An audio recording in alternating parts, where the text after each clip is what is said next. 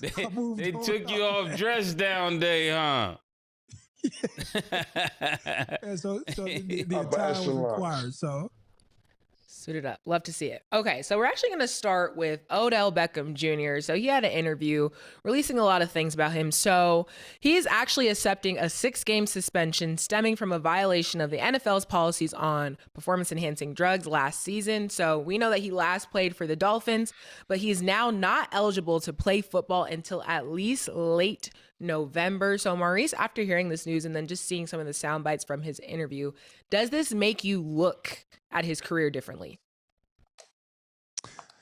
No, it was a couple of things I thought of when I seen the clips that he did with the pivot, and like in the classic voice of, I don't know, whether it's Mase, Cam, whoever, I was like, come on, my nigga, you know.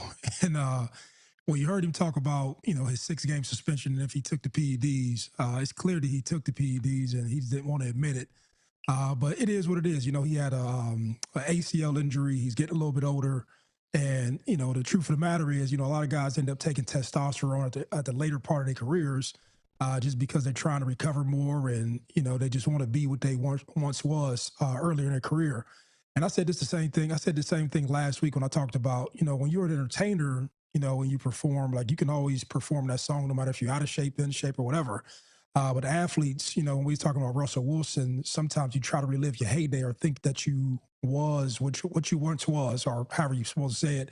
You try to hold on to who you used to be, and you actually can't be that person physically. And he's trying to hold on to what he used to be from the past. And so he went on to say a bunch. And if you heard what he said inside of the interview with the pivot, he said that he lost his discipline. And when you lose your discipline, you lose all of the off-season workouts and all the things that made him great in the first place. And he got caught, you know, doing what he did. And I think it'd have been more honorable just to say, man, I got caught. You know, I tried to, you know, take a drug to, you know, speed up my recovery or be what I once was. But to me, he looked worse answering the question to Ryan Clark, Fred, and Shannon.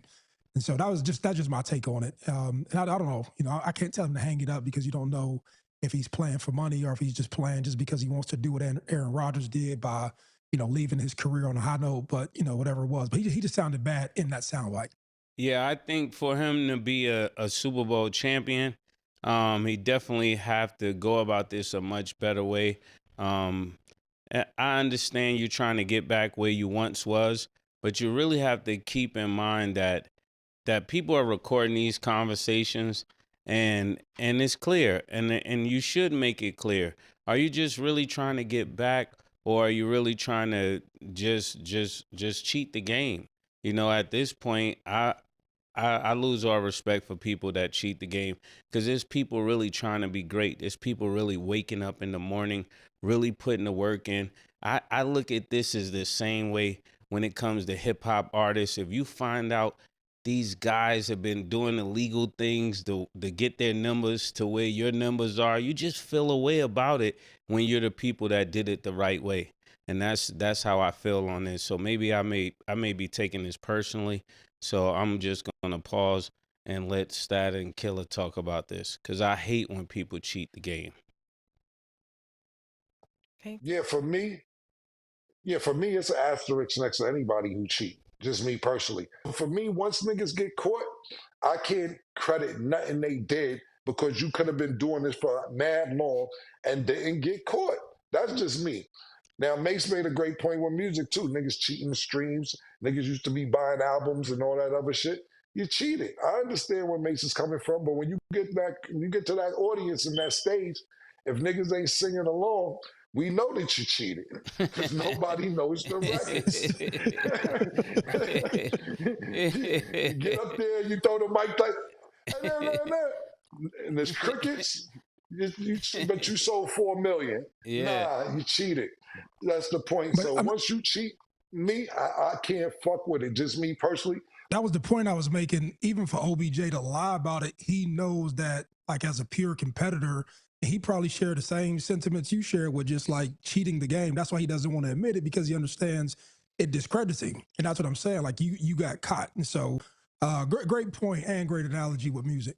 Yeah, what I think about it is this also. If you get caught, you don't have to admit it. We know you did it. I don't see why we need him to admit it, Mo, if he got caught. He got caught, so you did it. It doesn't matter what you say about it. Because, everybody, not everybody, but most people that are charismatic, they have a way to spin the narrative. So we don't really need to stick around for the narrative. At this point, if he comes back, he have to be exceptional. I think it puts more pressure on your tomorrow when you cheat, especially with PEDs, because now everybody's watching you.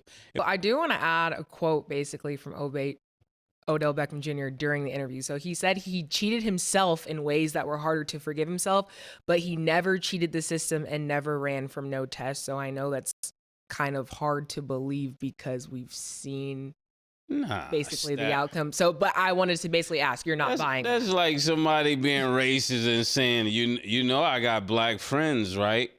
We know you got, now you got black friends. We never heard you said it before. I mean, he has a beautiful family, so probably he never cheated that way. So shout out to OBJ. Yeah. I hope he does well and does well moving forward, because this is just a bad look for him. Okay, and Maurice? No, I mean, that's just classic. You start to self-deprecate and you try to like curve people by saying, well, I did all this other bad shit, but I ain't really do that. That's like classic manipulation. But like this, when somebody lying and they start to explain too much, I was always told the truth needs no explanation. So once you start trying to justify and throw context around, what the fuck you did, like it goes out the window. It just shows that you're lying. And Kim, what do you think? He finessing.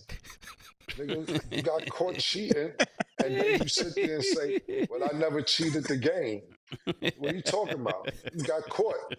You wasn't going to finessing niggas like May said it in the previous. May said this shit. I didn't see this clip, so I'm just going off what you're reading. I didn't actually see the clip, but from what Mase said, Mase used a different word. He said charismatic. You're finessing. I'm spinning. Charismatic.